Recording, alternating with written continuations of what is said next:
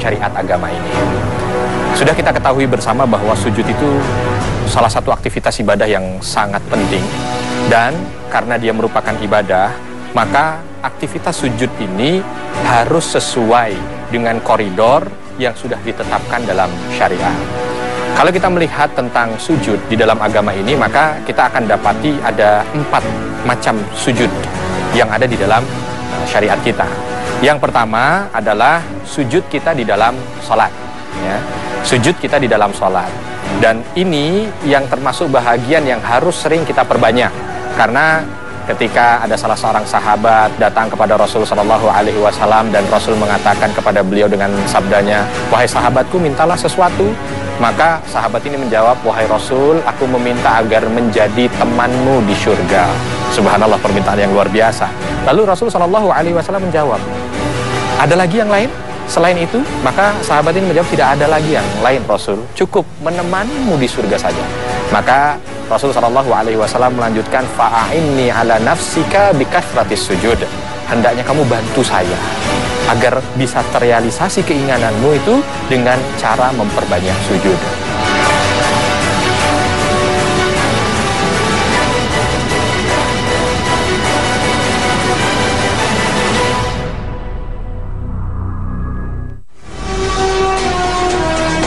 Assalamualaikum warahmatullahi wabarakatuh. Selamat pagi pemirsa Trans 7. Khazanah Ensiklopedia Islam pagi ini kembali hadir ke hadapan Anda untuk saling berbagi wawasan keislaman dan saling berwasiat dalam kebajikan. Sekali-kali janganlah kamu patuh kepadanya, dan sujudlah dan dekatkanlah dirimu kepada Tuhan. Al-Quran Surah Al-Alaq ayat 19. Wasjud waqtarib, atau sujudlah dan dekatkanlah dirimu kepada Allah. Demikianlah Allah Subhanahu wa Ta'ala menutup firman-Nya dalam surat Al-Alaq. Sebuah penegasan yang jelas dan gamblang bahwa sujud merupakan sarana yang paling baik untuk mendekatkan diri kepada Allah Subhanahu wa Ta'ala. Secara psikologis, sujud memiliki nilai lebih dibandingkan dengan rukun sholat yang lain. Karena ketika sujud, posisi seseorang benar-benar menunjukkan kerendahannya di hadapan Sang Khalik. Bagaimana tidak? Kepala yang menjadi bagian paling istimewa dalam tubuh manusia dan tempat bersemayamnya panca indera, juga anggota tubuh yang paling dimuliakan oleh manusia, tiba-tiba diposisikan begitu rendahnya hingga rata dengan tanah tempat kaki berpijak. Rasulullah Shallallahu Alaihi Wasallam bersabda, jarak paling dekat antara seorang hamba dengan Allah Subhanahu wa Ta'ala adalah ketika hamba tersebut sedang sujud. Maka perbanyaklah berdoa ketika sujud. Hadis riwayat Muslim. Berdasarkan hadis ini, banyak ulama yang menganjurkan untuk banyak berdoa saat sujud. Sebab sujud merupakan salah satu momen yang mustajab untuk berdoa. Saat itu, seorang hamba berada dalam posisi paling dekat dengan Allah Subhanahu wa Ta'ala. Anjuran Allah dan Rasul-Nya agar manusia senantiasa bersujud sebagai sarana mendekatkan diri dan menghambakan diri kepada Allah Subhanahu wa Ta'ala tentu bukan tanpa maksud. Kita diperintahkan untuk sholat, dan di dalam sholat terdapat gerakan-gerakan yang sudah ditentukan oleh Allah Ta'ala. Allah yang telah menciptakan kita, tentu hanya Dialah yang maha mengetahui bagaimana tubuh kita dan bagaimana cara merawatnya. Dalam berbagai penelitian modern terungkap, sujud memiliki manfaat yang amat besar bagi kesehatan. Dr. Fidelma O'Leary, seorang ahli neurologi, mengungkapkan beberapa urat saraf di dalam otak manusia tidaklah dimasuki darah. Urat-urat ini baru bisa dimasuki darah pada saat manusia bersujud. Yang menarik dari temuan ini adalah urat saraf ini memang memerlukan aliran darah, tapi hanya beberapa saat, dan itu pun pada waktu-waktu tertentu. Waktu-waktu yang tepat itu adalah waktu-waktu sholat 5 waktu: subuh, zuhur, asar, maghrib, dan isya. Saraf yang teraliri darah tersebut bermanfaat meningkatkan sistem kerja otak manusia secara optimal. Fakta ini diperkuat oleh Profesor Hembing bahwa letak otak di atas jantung membuat jantung hanya mampu membekalkan 20% darah ke otak manusia. Jumlah ini masih sangat kurang untuk membuat otak manusia dapat bekerja secara maksimal. Maka dengan sujud yang lebih lama, seseorang dapat menambah kekuatan aliran darah dalam otaknya. Masih banyak temuan lain terkait dengan gerakan sujud, seperti yang diajarkan Allah dan tuntunan Rasulullah SAW. Di antaranya adalah melegakan sistem pernafasan dan mengembalikan kedudukan organ ke tempat asalnya. Sedangkan bernafas ketika sujud akan dapat membetulkan buah pinggang yang keluar sedikit dari tempat asalnya, membetulkan pundi peranakan yang jatuh, melegakan sakit hernia, mengurangi sakit ketika haid, dan melegakan bagian paru-paru dari ketegangan. Bahkan memberi dorongan untuk mudah tidur, dan masih banyak manfaat lain dari gerakan sujud yang diungkap ilmuwan modern. Manfaat itu akan terus bertambah seiring dengan kemajuan dunia medis dan penelitian para ahli yang terus berlanjut hingga kini.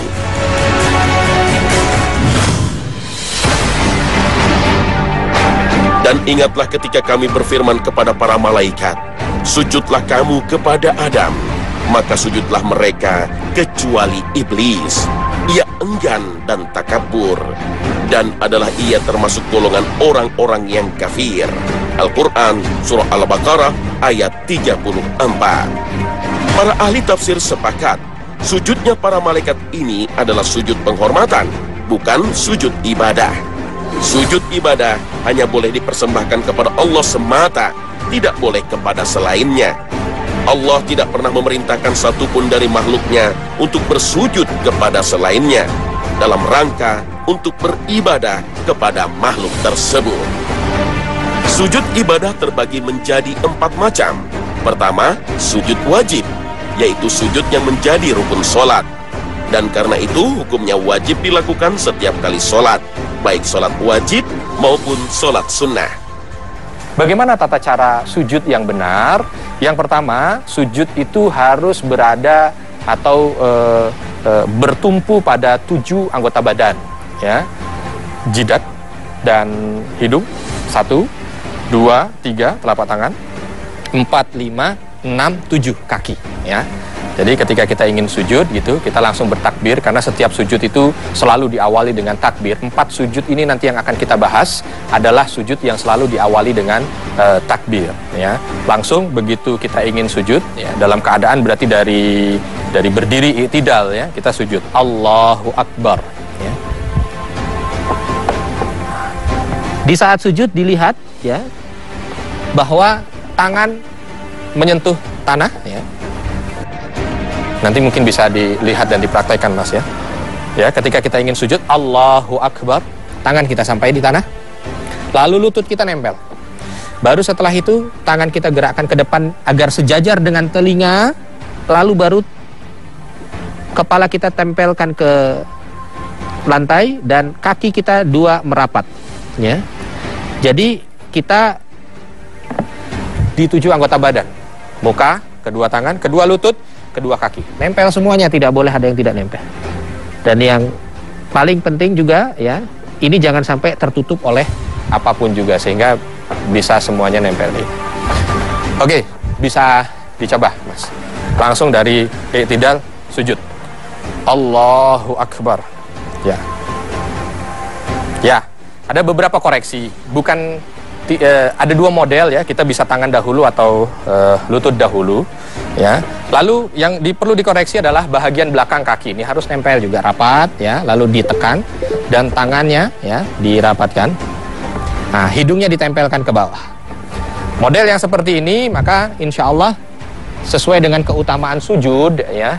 Sujud itu keutamanya bisa didapatkan ketika memang sujudnya sesuai dengan apa yang diajarkan oleh Rasul Shallallahu Alaihi Wasallam. Rasul Shallallahu Alaihi Wasallam di saat sujudnya itu sendiri, dalam artian sholat sunnahnya itu sendiri, tidak dengan yang lain, dan itu memungkinkan untuk memperbesar tangannya, maka Rasul memperbesar tangannya begini.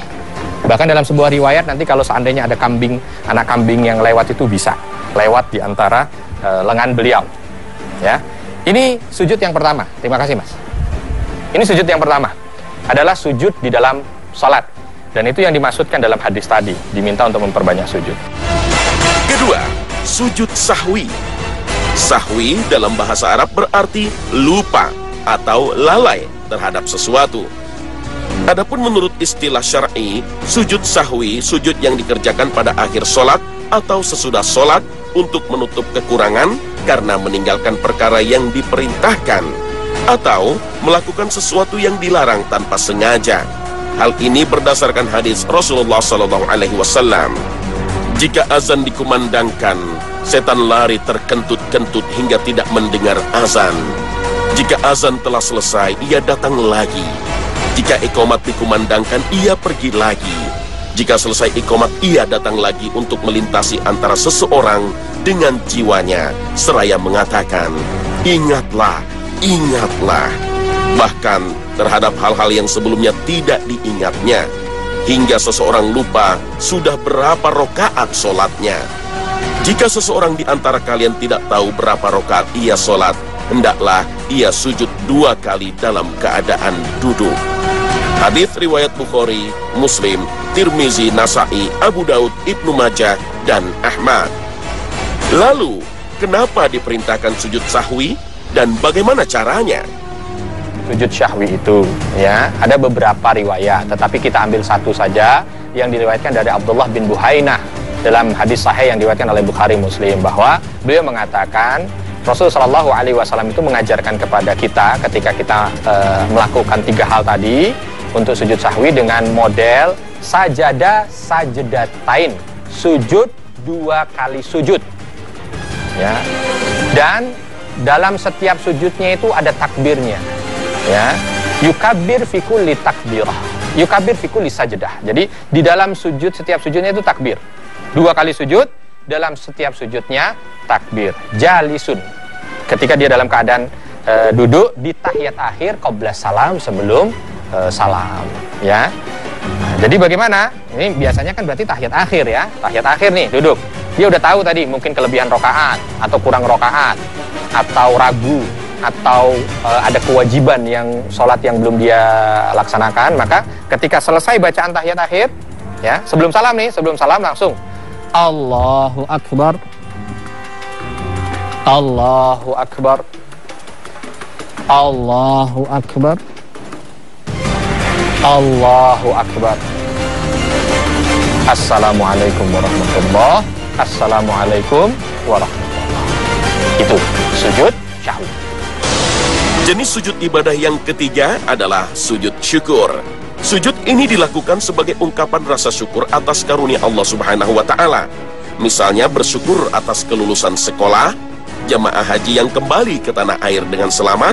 Bahkan tak jarang kita melihat dalam berbagai tayangan sujudnya para pemain bola yang berhasil menjebol gawang musuh atau memenangi berbagai turnamen. Rasulullah SAW selalu melakukan sujud syukur setiap beliau mendapatkan kabar gembira, sebagaimana hadis sahih dari Abi Bakrah radhiyallahu anhu. Nabi SAW apabila datang kepadanya berita yang menggembirakannya, beliau tersungkur sujud kepada Allah. Hadis riwayat Ahmad, Abu Daud, dan Ibnu Majah. Bahwa Rasulullah SAW, idza ja'ahu amrun sururun au busyira bih, kalau seandainya Rasul itu ada satu perkara yang membuat beliau bahagia atau dengan berita itu beliau bergembira, maka beliau SAW sajada sajdatan syakiran lillah. Maka Rasul SAW sujud, ya, sekali sujud sebagai tanda bentuk bersyukur kepada Allah. Jadi begitu kita terima berita gembira nih, ya, berita gembira yang membuat kita bahagia sekali, ya, artinya kegembiraan ini jarang kita dapatkan, bukan kegembiraan yang sering kita dapatkan. Contoh misalkan kita udah sering bernafas, ya tidak perlu setiap kita bernafas sujud syukur. Tapi kegembiraan yang luar biasa. Ada orang yang lama tidak mendapatkan keturunan, tiba-tiba dapat keturunan, dapat berita itu, maka dia disunahkan untuk sujud syukur, ya.